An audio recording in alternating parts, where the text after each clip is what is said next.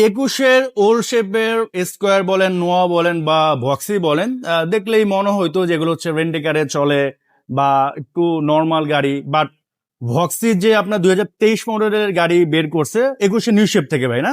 So এটার Outlook দেখে কিন্তু মনে হয় যে একটা প্রিমিয়াম সেগমেন্টের গাড়ি এবং মনে হয় যে কোটি টাকার একটা গাড়ি, মানে ফিলই হচ্ছে ওই রকম। দেখেন এটার ফ্রন্ট লুক কিন্তু মার্শাল্লাহ খুবই খুবই গর্জিয়াস। মাউন্ট ভাই, এটার মডেলের কত? এটা মডেল হচ্ছে 2023 2023 আর রিকন্ডিশন একটা গাড়ি, রিকন্ডিশন ইউনিট।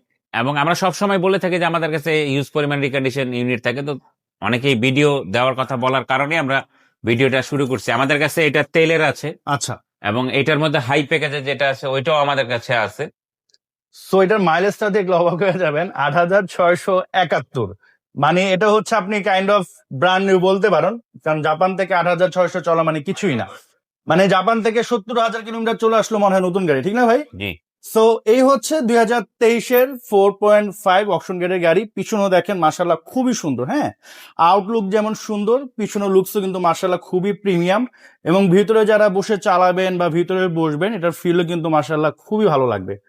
আর প্রিমিয়াম সেগমেন্টের একটা গাড়ি, এটা সব থেকে ভালো হয় ফিজিক্যালি একটু ভিজিট করে জাস্ট একটু বসে একটু টেস্ট ড্রাইভ দেন। আমার মনে হয় দিলে আশা করি আপনাদের মানে না পছন্দ হওয়ার কোনো কারণ থাকবে আর কি। প্রাইসে যদি আসি মাউন ভাই, প্রাইস এটার প্রাইসটা হচ্ছে 47,80,000 টাকা, ফিক্সড প্রাইস। আর এটার সাথে তো আপনার হ্যাঁ, 3 বছরের ফ্রি আফটার সার্ভিস থাকবে অটোনেশনের পক্ষ থেকে।